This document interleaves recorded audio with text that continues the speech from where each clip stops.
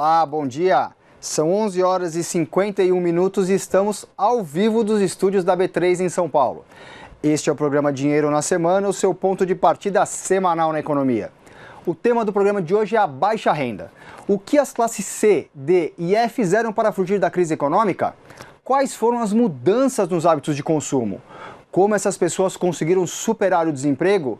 Quem vai explicar o que aconteceu com a baixa renda é o Maurício Prado, sócio-diretor executivo da Plano CDE, um instituto de pesquisa especializado nas classes C, D e E.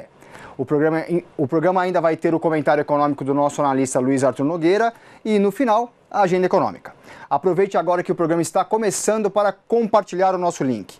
E vá até o botão seguindo na nossa página no Facebook para habilitar a ferramenta de alerta para saber de todos os nossos vídeos ao vivo. Primeiro, vamos para o nosso telão ver quais são as informações que começam a movimentar a economia nesta semana. O giro de informações quentes do dia começa com o Ibovespa. O principal índice da B3 encerrou a semana passada com queda acumulada de 1,8% aos 85.761 pontos. A tendência negativa se espalhou por todas as bolsas do mundo no final da semana, com a sobretaxa sobre o aço imposta pelo governo de Donald Trump. Há o temor de início de uma guerra comercial, o que deve provocar novas oscilações ao longo desta semana. Agora há pouco, o indicador estava em queda de 0,72% aos 85.147 pontos. Nosso próximo item é o câmbio e o dólar, claro, foi pressionado por esse movimento dos Estados Unidos. A moeda americana fechou a semana aos R$ 3,25, praticamente estável em relação à semana anterior. Nesta semana é bom ficar atento às respostas de China e Europa, que disseram que farão de tudo para proteger sua indústria. Há 15 minutos atrás, o dólar estava em alta de 0,40% aos R$ 3,26. Para fechar o giro de informações quentes deste final de manhã, vamos ver o que está em destaque no www.istoedinheiro.com.br.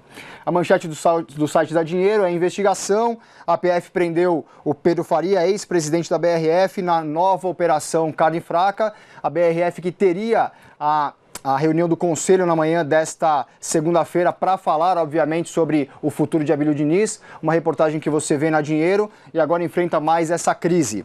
O segundo destaque é o Moeda Forte, o primeiro bloco do programa com o Alexandre Frankel, CEO da Vitacom. E o terceiro destaque, 1/3 da renda da elite é isento de impostos. E a reportagem principal da revista Dinheiro desta semana é o PIB. Depois de 2 anos de recessão, a economia brasileira saiu da UTI com um avanço de 1% em 2017. Na reportagem completa na revista que está nas bancas e no site da Dinheiro, você vai entender por que esse crescimento de soma de dados recentes positivos fizeram bem para a economia. Mas as cicatrizes são profundas e demandam medidas urgentes para evitar o chamado voo de galinha. Eu volto para o telão para destacar o tema da semana, o que mudou nos hábitos de consumo da baixa renda com a crise econômica. O Maurício Prado da Plano CDE está conosco aqui nos estúdios. Maurício, seja bem-vindo. Obrigado. Bom, mas... Tudo bem? Tudo bom. O que aconteceu com essa baixa renda na crise? Eles foram muito impactados? Foram muito impactados, como todos os brasileiros. Na verdade, teve impacto na renda tanto das pessoas que são CLT e perderam o emprego, como dos informais. Uma família padrão da classe CDE, basicamente você tem uma pessoa com uma renda formal e depois uma série de rendas informais. Esse é o padrão das fontes de renda dessas classes. Então, você tem impacto tanto na diminuição das rendas informais como na renda formal. O que eles fizeram? Uma coisa é aumentar bicos ou faço mais trabalhos extras. As rendas informais, elas não são binárias, como a gente fala. Você não está empregado ou desempregado, você pode ir crescendo. E muitas vezes essa renda informal é do própria pessoa que trabalha CLT e vende um cosmético no final de semana ou coisa do tipo, ou da outra pessoa da família. E também reduziram despesas. Principais despesas que eles reduziram foram lazer fora de casa, alimentação fora de casa e serviços de beleza fora de casa. Então, tipo cabeleireiro, unha. Isso, eu deixo de cabeleireiro, vou fazer em casa, vou fazer a unha em casa, eu deixo de ir no shopping, fazer um programa no shopping, eu faço esse programa. E o lazer dentro de casa ganhou muita força. também teve cortes com vestuário, tá? É um outro segmento. E por último, os produtos premium de supermercado ou categorias mais sofisticadas que eles tinham entrado, eles voltam a sair. Então, tipo iogurte, bolacha recheada, lasanha pronta, essas coisas que fazem parte desse consumo dessas famílias, ou fazia parte? Principalmente esses produtos prontos, que levam praticidade à vida das pessoas, congelados. Então, esses produtos prontos, o que acontece? Eles, a pessoa fala, não, aqui eu faço aqui em casa, essa praticidade eu vou abrir mão, em detrimento de outras coisas. Agora, o interessante é o que eles não cortaram e disseram que não abrem mão. Os produtos de tecnologia e telecomunicações. Então, a gente ouviu vários discursos do tipo, eu troco a carne vermelha por ovo ou frango, mas eu não corto o meu Wi-Fi. Isso a gente ouviu em todas as nossas pesquisas. Então, tem uma centralidade das telecomunicações na casa dessas pessoas, seja o telefone, seja o Wi-Fi, a internet, ou até mesmo a TV a cabo, ou os serviços de streaming, que o lazer dentro de casa é uma das explicações do porquê isso ficou tão importante. Então, o lazer dentro de casa é um lazer barato. Tá, então por quê? Porque a baixa renda, ela teve acesso a um lazer mais distante da sua casa quando estava a situação econômica boa e agora ele teve que colocar isso dentro de casa? Sim, ela volta para casa porque é um lazer mais barato, faz sentido a conta, um serviço de streaming, uma TV a cabo é muito... O que você paga por mês é uma ida ao shopping com a família, então é fora o custo de transporte, então faz sentido, mas não é só lazer. Tem também, para essas famílias, geração de renda, então eu tenho a internet como gerador de renda, você tem desde motoristas de Uber, serviços de táxi, até mesmo as vendedoras de cosmético, a internet está fazendo um papel muito importante para o conta própria hoje no Brasil. Tá? E mesmo empresas de comércio, pequenos comerciantes, reclamando do alto preço do aluguel e indo para comércio online. Então, eu tenho essa questão da geração de renda, eu falei do lazer já, também é informação, acesso à informação, poucos livros em casa, pouca assinatura de revistas, jornais, então informação é uma outra... E educação também. Então, essas classes, os filhos estão estudando muito mais do que os pais. Tá? O Brasil universalizou a educação nos últimos 20 anos. Então, os pais não fizeram o ensino médio, não fizeram o colegial, e os filhos estão fazendo. E os pais não têm como ajudar os filhos nas matérias dos filhos. Então, eles recorrem a... Olha, tem aqui o Wi-Fi, procura um vídeo no YouTube. Há conteúdos grátis educativos para ajudá-los, já que a escola pública, a gente tem várias pesquisas sobre isso, não é boa em fazer um apoio, esse reforço escolar ela não dá. Então, também é educação. Quer dizer, ele consegue ter um acesso muito maior à educação via Wi-Fi, navegando pela internet, do que pela escola pública ou, obviamente, pela ajuda dos pais. Isso. A escola não dá, os pais não conseguem dar, um curso ou um reforço escolar às vezes é caro, então ele usa isso. E para finalizar, o quinto ponto é a parte de comunicação mesmo, que é óbvio, é o Facebook, o WhatsApp, a ligação. Então, com isso tudo, a gente vê as telecomunicações brigando muito pelo bolso desse consumidor com outras categorias, como o próprio produtos de supermercado, itens de vestuário. Então, eu vi uma pesquisa recente muito interessante que o crescimento das telecomunicações nos Estados Unidos foi muito grande, a gente não tem dados do Brasil ainda. No final desse ano, começou ano que vem, o IBGE está prometendo a POF, que é a Pesquisa de Orçamento Familiar, que seria muito interessante para ver como que essa trajetória... como foi essa trajetória. Nos Estados Unidos, para vocês terem uma ideia, o vestuário caiu de 6% para 3% dos gastos das famílias e telecomunicações foi de 0% para 3%. Ou melhor, robô. Então, existe uma troca. Seria bem interessante a gente ver como isso está acontecendo no Brasil. A gente já vê isso no dia a dia, mas não em números. Tendo essa POF, que é a Pesquisa de Orçamento Familiar do IBGE, que está prometida para o começo do ano que vem, que vai entrevistar 85 mil famílias, vai ser um dado muito interessante para ver como que isso está evoluindo. Pela sua percepção, obviamente, teve esse roubo também de vestuário e alimentos para telecomunicações. Sim. Isso significa compra de produtos também? Então ele deixa de comprar um produto premium no supermercado para comprar um celular novo ou para comprar uma televisão gigante de 4K e tudo mais?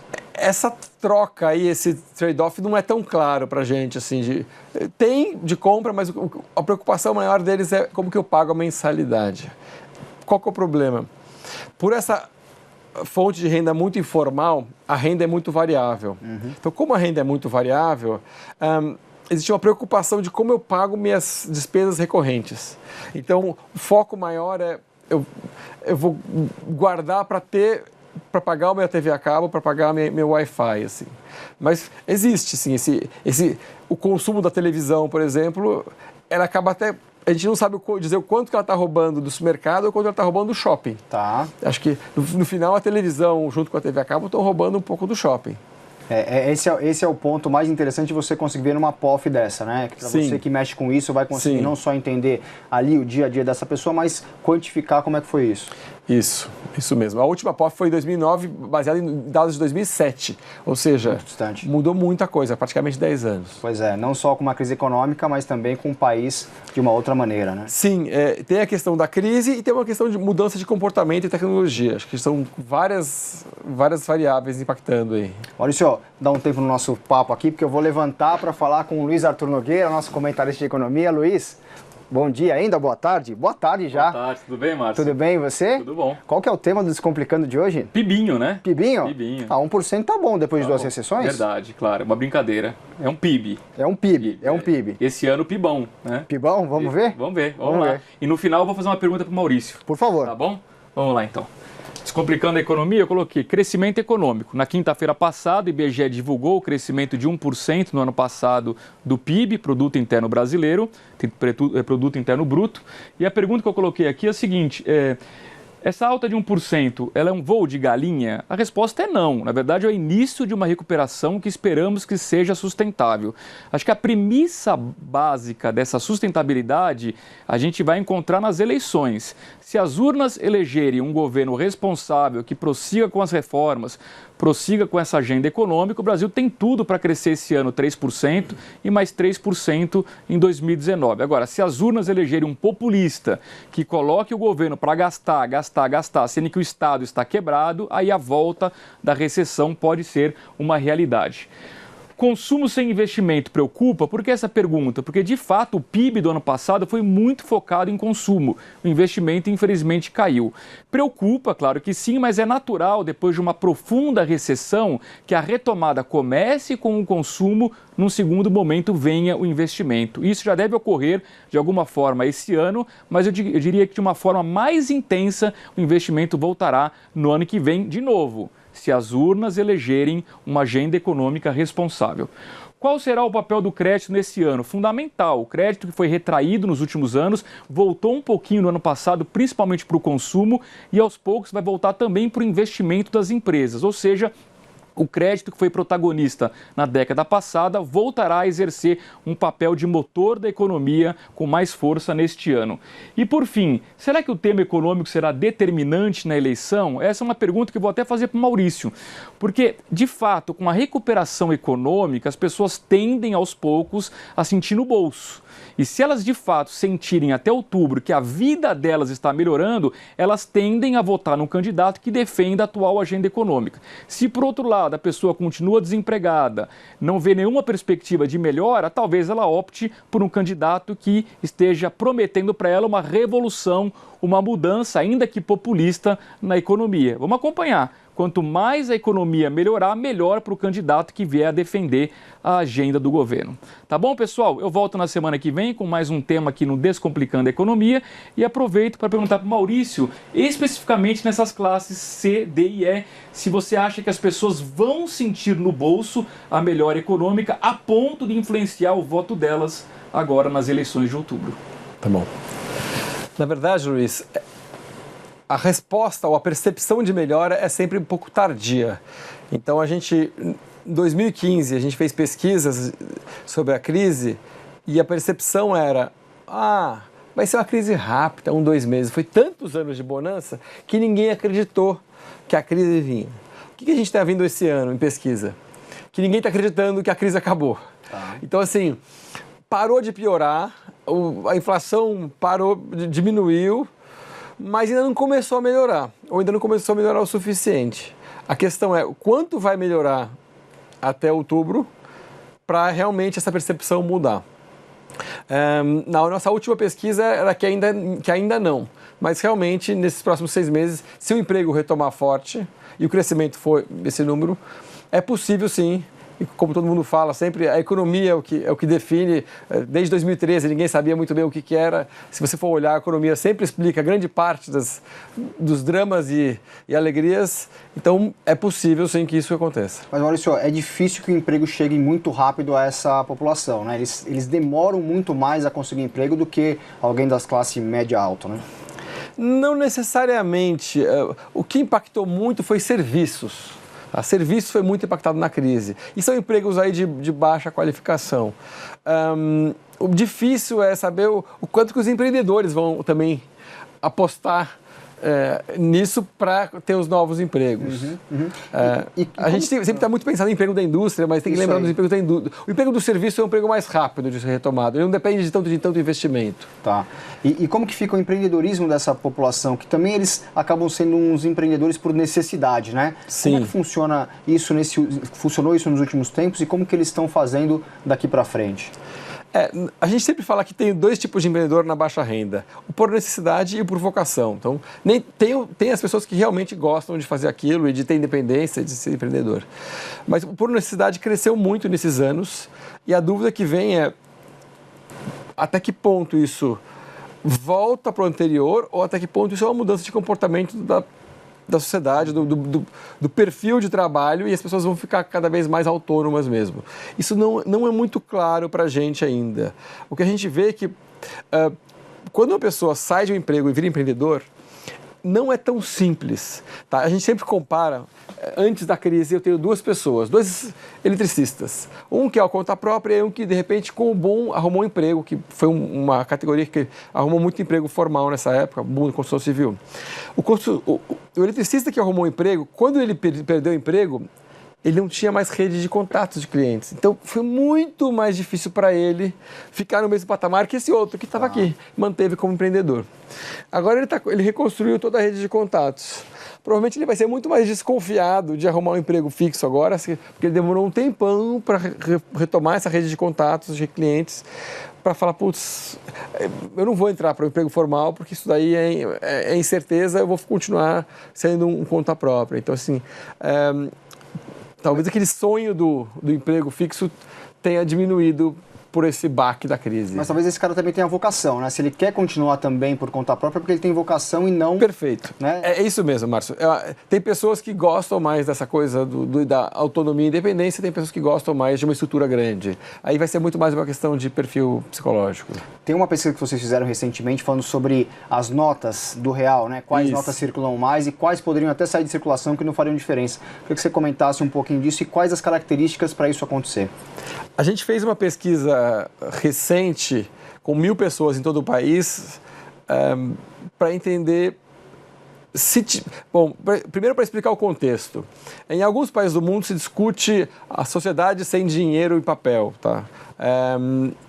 Alguns países, a Índia está fazendo uma iniciativa agora, a Suécia quase não tem dinheiro mais, e o argumento principal diminuiria questões como corrupção, tráfico de drogas, lavagem de dinheiro, tá? A gente sabe a história dos nossos políticos com malas de dinheiro que foram encontradas. É muito mais difícil você guardar muito dinheiro, se em vez de nota de 100, você tiver que guardar em nota de 10. Você vai ter que ter 10 vezes mais espaço para guardar esse dinheiro, ou para levar no avião, ou para levar num transporte. Então, uma das discussões é essa. Pensando nisso, a gente fez essa pesquisa de o que aconteceria se tirasse as notas de 100 ou de 50 ou qualquer uma das notas com as pessoas. Se atrapalhar a vida delas, o que elas achavam disso. Basicamente, 2/3 das pessoas acham que tudo bem tirar a nota de 100 e 1/3 tem restrição. Quando a gente pergunta o que essas pessoas compram no dia, tipos de coisa que as pessoas compram com notas, a gente percebe que essas pessoas que têm restrição são as que compram mesmo coisas grandes como um televisor com dinheiro, não usam cartão. Uau. Então, assim, a gente fez uma pesquisa só quantitativa, não qualitativa. Precisaria ir mais a fundo para entender por que essas pessoas têm restrição, mas aparentemente não é simplesmente por um conservadorismo, eu não quero mudar, é porque realmente elas usam dessa forma. Ou seja, eu mudaria o uso dela. Ser desbancarizado faz sentido? Esse cara guarda muito dinheiro ainda dentro de casa, é por isso que ele prefere essas notas maiores? Ele guarda muito dinheiro em casa, fazer sentido, eu não sei se faz sentido, mas existe muita gente ainda que é assim, que guarda dinheiro em casa. Então, assim, para dar certo esse movimento de tirar as notas, precisaria se esclarecer o porquê, quais os benefícios de não ter essa nota. Porque realmente, para quem vai comprar um televisor, tudo bem levar um pouquinho mais de notas de 50 do que levar algumas notas de 100. Não é um grande problema. Mas não é claro ainda para as pessoas esse benefício do menos corrupção, qual que eu ganho com isso. Então, hoje esse 1/3 que usa ainda tem resistência. Mas com uma campanha de comunicação, possivelmente isso poderia ser uma coisa bem aceita, não vejo como um grande problema. Quando você vai baixando dos 50, 20, aí você tem uma restrição maior. Claro, porque é o dia a dia que ele faz as trocas, né, as compras pequenas, né? Como Sim. o cartão não está na vida dele, fica mais difícil ele usar um outro meio de pagamento. Sim, a questão é que, por que muita gente não tem conta em banco? Muitas vezes o banco é longe, tá? Então, a gente fez uma pesquisa há 2 anos com essas classes CDI, a maior parte paga contas, 90% paga contas na lotérica e nunca vai num banco. Então, assim, o banco está longe do dia a dia dessas pessoas. Mas com as tecnologias, com as fintechs, os smartphones, a tendência é que comecem a transacionar mais digitalmente. Quando perceber, se não forem cobrar por isso, a questão é, eu vou ter que pagar por isso? Vai estar longe de mim? Acho que a tendência é que fiquem mais bancarizadas mesmo. Olha, para a gente fechar o nosso papo, o que você enxerga para essa baixa renda após a crise? Quer dizer, daqui para frente, eles saem mais fortalecidos, eles saem melhores dessa crise do que em anos anteriores? O que vai mudar na vida deles depois desse período? Na verdade, tem várias maneiras de olhar isso. O que a gente viu, uma das coisas interessantes é a digitalização, a internet fortalece sim, tá? Dá empoderamento para essas classes. Ele compara preços, ele escolhe a melhor coisa. Então, historicamente, tinha um conceito que chamava poverty penalty, que até alguns teóricos que estudam a baixa renda fora do Brasil que criaram, que é o pobre paga mais, porque o mercadinho do bairro é mais caro. Com a internet, ele consegue olhar mais opções e hoje 40% da classe C tem carro ou moto. Então, tendo mais carro ou moto, ele consegue comprar o televisor mais barato ou até ir no atacarejo. O boom do atacarejo, dos atacados, tem muito a ver com isso. Alguém na família ou no bairro tem um carro, combinam 4 pessoas e elas vão juntas para o atacado comprar o preço de atacado. Então, assim, essa coisa, a mobilidade mais a internet e a digitalização está empoderando essas classes, sim, e está fazendo elas poderem fazer melhores escolhas. Uma outra coisa que eu acabei não mencionando é que existe uma busca cada vez maior por serviços. Então, serviços de pagar um serviço médico que seja mais barato, de pagar um curso, uma educação, tudo isso continua competindo com o bolso, além das telecomunicações, com o bolso dessas famílias. Então, assim, você tem uma sofisticação das cestas de consumo. Agora, para finalizar, é importante lembrar, a gente está fazendo um estudo sobre o que mudou no Brasil nos últimos 20 anos. Existe uma grande parcela das classes C, D e E que não tem geladeira, ou que não tem geladeira é pouco, mas máquina de lavar roupa. Classe D e E, 30% tem máquina de lavar roupa. Só 30%. Classe D e E são 50 milhões de pessoas. Então, assim, existem itens de consumo que são básicos, que muita gente não tem. Então, o crescimento vai vir daí. A pessoa não vai ter 2 máquinas de lavar roupa. Ela pode até a classe A pode até trocar dela para uma nova, mas ela não vai ter 2. Então, assim, existe ainda algumas categorias que o Brasil é mais atrasado do que a gente imagina e que tem potencial para puxar o consumo. É isso que vai mudar o Brasil nos próximos anos. Sim. Maurício, obrigado pela sua participação. Obrigado, Márcio. Vamos agora, vou me levantar, já que a gente já entendeu um pouquinho como funcionou a baixa renda nessa crise toda, para mostrar a agenda da semana com o que de mais importante pode mexer com o seu bolso, os seus investimentos e os seus negócios. Depois da divulgação dos dados oficiais da economia no ano passado, hoje é dia de saber o que mudou na projeção dos principais bancos e instituições financeiras para o Brasil neste ano. A pesquisa Focus, divulgada agora cedo pelo Banco Central, mostrou que o IPCA baixou de 3,73 para 3,70, o PIB aumentou um pouquinho de 2,89 para 2,90, Selic e dólar ficaram estáveis em 6,75 e 3,30. Para o ano que vem, O IPCA caiu também para 4,24%, o PIB subiu um pouquinho para 3% e a Selic mantém estável em 8%, uma alta importante no ano que vem, dependendo do que acontecer com as contas públicas, hein? Já nesta terça-feira, o foco continua sendo o Brasil, mas agora na indústria. A expectativa é de uma queda de 3% na produção industrial de janeiro, na comparação com dezembro. Esse recuo mostra que o consumo no quarto trimestre do ano passado foi fraco, o que traz consequências para o início do ano. É preocupante? Não. Segundo analistas, a indústria está se recuperando aos poucos e esse resultado mostra que a economia está em alta moderada no início de 2018. Já na quarta-feira, os Estados Unidos divulgam a criação de empregos em fevereiro. Os americanos continuam gerando muitas vagas de trabalho e a expectativa é de 195 mil postos novos de trabalho criados. Isso deve fazer com que a taxa de desemprego por lá caia de 4,1% para 4%. Você deve se lembrar que o IBGE divulgou na semana passada o resultado do Brasil. Em janeiro, foram quase 77 mil novas vagas criadas, no melhor janeiro desde 2014. Eu passo para a próxima tela e vamos até a zona do euro para saber como será a decisão da política monetária dos países que formam a União Europeia. É esperada que a taxa de juros se mantenha zerada, mas essa reunião tem uma grande importância para o resto do ano. Será informada as expectativas de PIB e inflação ao longo do ano, o que pode mexer com a política monetária nos próximos encontros. E para fechar a semana, o IBGE divulga o IPCA de fevereiro. A inflação oficial do país continua bastante comportada, com alta em torno de 0,3% no mês. Em termos anualizados, a inflação está rodando em torno de 2,9%. Chegamos ao fim deste Dinheiro na semana de 5 de março de 2018. Muito obrigado pela sua companhia e inscreva-se no nosso canal no YouTube para receber todos os alertas da grade de programação da TV Dinheiro, que exibe novidades diárias para você.